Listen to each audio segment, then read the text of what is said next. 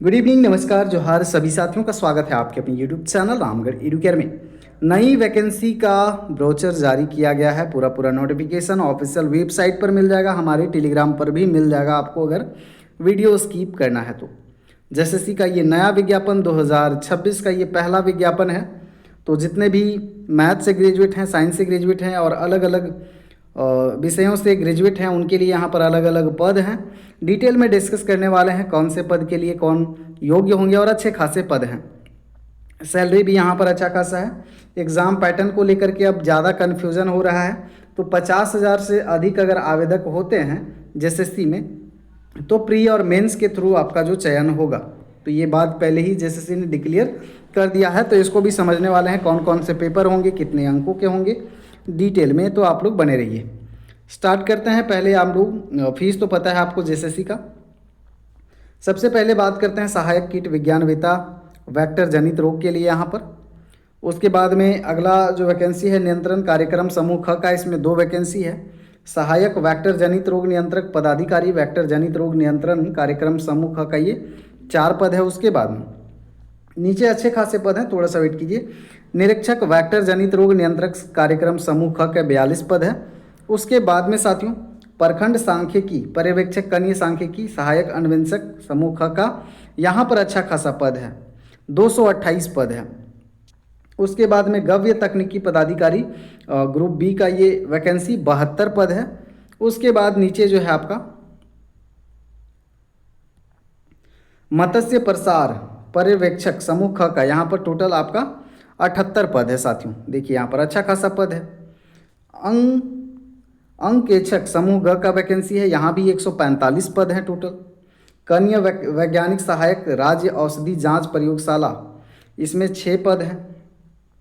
प्रयोगशाला सहायक भौतिकी ग के लिए यहाँ पर जो फिजिक्स से ऑनर्स से किए हुए हैं इनके लिए भी, और केमिस्ट्री वालों का दोनों का मिला करके यहाँ पर आपका प्रयोगशाला लैब में काम करेंगे आप, 34 पद हैं। तो ये पद हैं आपके टोटल।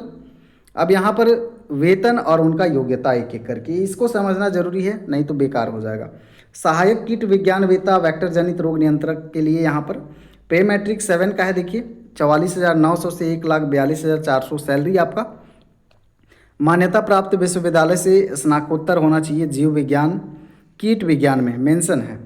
सहायक वेक्टर जनित रोग नियंत्रक पदाधिकारी के लिए पे मैट्रिक इसे यहाँ पर 7 का है। किसी भी मान्यता प्राप्त विश्वविद्यालय से आपका स्नातक यानी कि ग्रेजुएशन का डिग्री होना चाहिए साइंस में, चाहे बायो से हो, केमिस्ट्री से हो, जियो से हो, कोई भी विज्ञान का सब्जेक्ट होना चाहिए। निरीक्षक वेक्टर जनित रोग के लिए पे मैट्रिक्स लेवल 6 का है और मान्यता प्राप्त विश्वविद्यालय से स्नातक होना चाहिए। जो विज्ञान के हैं आवेदन कर सकते हैं। प्रखंड सांख्यिकी पर्यवेक्षक कनीय सांख्यिकी सहायक अन्वेषक के लिए लेवल 6 का यहाँ पर ग्रेड पे दिया जाएगा। किसी भी मान्यता प्राप्त विश्वविद्यालय से मैथ ऑनर्स, इकोनॉमिक्स ऑनर्स या फिर सांख्यिकी से आपका किए हुए हैं स्नातक, तो आप आवेदन कर सकते हैं। गद्य तकनीकी पदाधिकारी के लिए मान्यता प्राप्त विश्वविद्यालय से डेयरी टेक्नोलॉजी, डेयरी विज्ञान में स्नातक है या उसके समकक्ष आवेदन कर सकते हैं। मत्स्य प्रसार पर्यवेक्षक में आपका मत्स्य विज्ञान स्नातक या फिर जंतु विज्ञान में अगर आप किए हुए ऑनर्स तो आवेदन कर सकते हैं। अंकेक्षक के लिए यहाँ पर किसी मान्यता प्राप्त विश्वविद्यालय से गणित से या इकोनॉमिक्स से या फिर कॉमर्स से या फिर सांख्यिकी से अगर स्नातक की डिग्री है तो आवेदन कर सकते हैं साथियों। उसी तरह से कनीय वैज्ञानिक सहायक जांच औषधि जांच प्रयोगशाला नामकुम, यहाँ पे मैट्रिक्स लेवल 5 का है। तो इसमें काफ़ी लंबा चौड़ा योग्यता दिया हुआ है। तो यहाँ पर ग्रेजुएट जो हैं और भी विशिष्ट यहाँ पर कुछ कुछ मेंशन किए गए हैं, तो ये काफ़ी टाइम लगेगा। तो इसको आप लोग अच्छे से स्क्रीनशॉट लेके देख सकते हैं। भौतिकी वाला में आपका भौतिकी में स्नातक होना चाहिए, ग्रेजुएशन होना चाहिए। केमिस्ट्री वाला में केमिस्ट्री से आपका ग्रेजुएशन होना चाहिए। तो ये योग्यता आप अपने सब्जेक्ट के अनुसार देख लें। उसके बाद में जो अंतर्राष्ट्रीय लेवल पर, राष्ट्रीय लेवल पर जिनका रिकॉर्ड है, मेडल है, उनके लिए है आयु सीमा न्यूनतम 21 वर्ष, अनारक्षित के लिए यहाँ पर 35, पिछड़ा 1 पिछड़ा 2 पुरुष के लिए 37, महिला सभी कोटि के लिए यहाँ पर BC1 BC2 और अनारक्षित के लिए 38 है। ST SC महिला पुरुष के लिए 40 वर्ष। तो ये आयु सीमा हो गई आपकी। अब आपका तो जो जाति और आवासीय प्रमाण पत्र है वो तो लगता है, वो आप लोग भली भांति जानते हैं। अब हम लोग बात करेंगे इसके एग्ज़ाम पैटर्न पर। वैकेंसी तो आ गया है।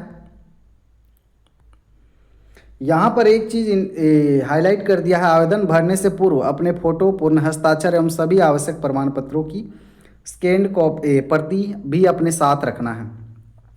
मतलब हो सकता है स्कैन आपको अपलोड करना हो।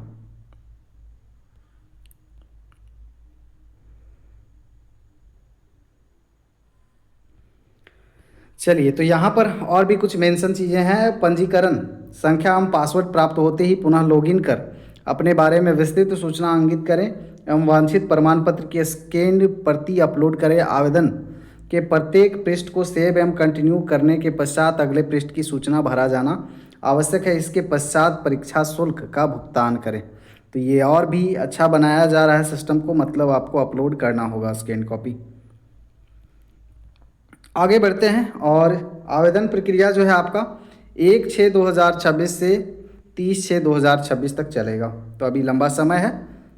फ़ोटो सिग्नेचर अपलोड करने का तिथि जो है 3/7/2026 है। ऑनलाइन पत्र में अगर संशोधन करना है, जैसे कि आपका नाम, जन्म तिथि, ईमेल आईडी, मोबाइल नंबर को छोड़कर दूसरा चीज़ अगर आपको संशोधित करना है तो उसके लिए ये डेट है, यहाँ पर करेक्शन विंडो ओपन किया जाएगा।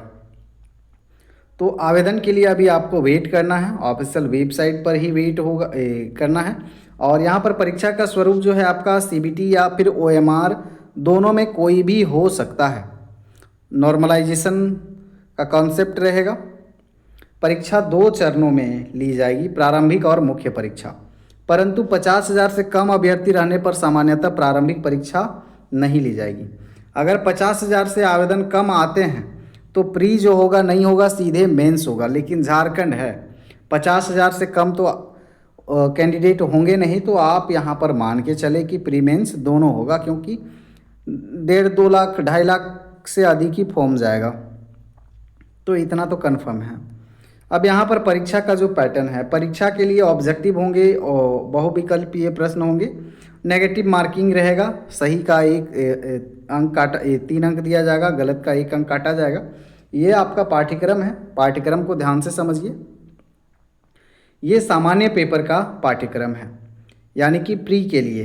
प्री जो एग्ज़ाम होगा, प्री में आपको सामान्य अध्ययन, झारखंड, सामान्य गणित, सामान्य विज्ञान, मानसिक क्षमता जांच, ये सब्जेक्ट आपको स्ट्रॉन्ग करने होंगे अब जेएसएससी की ऑलमोस्ट सभी परीक्षाओं के लिए। प्री क्वालिफाई कीजिएगा तो मेंस में जाइएगा। 120 प्रश्नों का ये होगा। अब इनका डिटेल यहाँ पर सिलेबस है। सामान्य अध्ययन का, झारखंड का, सामान्य गणित, विज्ञान, रीजनिंग। उसके बाद में प्रारंभिक परीक्षा में प्राप्त अंकों के आधार पर आयोग द्वारा अभ्यर्थियों की मेगा सूची तैयार की जाएगी। तदुपरांत कुल रिक्ति के 15 गुना, अब यहाँ पर 15 गुना जो है अभ्यर्थियों को बुलाया जाएगा मेंस में। तो प्री का आपने सिलेबस देख लिया, एग्ज़ाम पैटर्न देख लिया। अब जो 15 गुना होंगे उनको बुलाया जाएगा मेंस में। और ये मेंस का पेपर आप देख लें। मेंस में आपके 3 फिर पेपर होंगे, 3 पेपर होंगे, 2-2 घंटा का परीक्षा होगा। पहला पेपर आपका भाषा ज्ञान का होगा, जिसमें 120 प्रश्न रहेंगे, हिंदी का 60, अंग्रेजी का 60। और यह जो होएगा पहला पेपर मेंस का, ये सिर्फ क्वालिफाई करने का होगा। 30% मार्क्स ओनली आपको लाने हैं, ये मेरिट में नहीं जोड़ा जाएगा। दूसरा पेपर आपका रीजनल लैंग्वेज या जनजातीय भाषा से संबंधित होगा, कोई आपको लेना होगा। 100 अंकों का ये आपका परीक्षा होगा और इसमें 30% लाना अनिवार्य है। पेपर 3 जो होगा आपके सब्जेक्ट ओरिएंटेड होगा, तकनीकी, विशिष्ट विषय या सामान्य ज्ञान से संबंधित, जो कि 150 प्रश्नों का होगा। 2 घंटा 30 मिनट के लिए होगा। तो आपका तकनीकी या जो विशिष्ट विषय होगा उससे 100 प्रश्न रहेंगे, सामान्य अध्ययन का 20, सामान्य गणित का 20 और सामान्य विज्ञान से भी 10। तो ये आपका मेंस का पेपर। तो यहाँ भी 30% लाना अनिवार्य है। अब जो मेंस का है आपका सिलेबस डिटेल में यहाँ पर हिंदी का, इंग्लिश का, रीजनल लैंग्वेज का है और जो तकनीकी भाषाएं रहेंगी उनका सिलेबस। तो यहाँ पर कोई डाउट रहता है अगर, तो आप लोग कमेंट में ज़रूर लिखिए, कोई कन्फ्यूज़न रहता है तो। और जितने भी वैकेंसी जेएसएससी जेपीएससी के होते हैं सभी आपको दिए जाते हैं। नीचे डिटेल में सिलेबस मेंशन किया हुआ है सभी विषयों के लिए। मेंस के लिए। तो आप लोग कमेंट में ज़रूर बताइए और भी अपडेट के लिए बने रहिए, नई वैकेंसीज़ के अपडेट के लिए बने रहिए। धन्यवाद। जोहार, नमस्कार।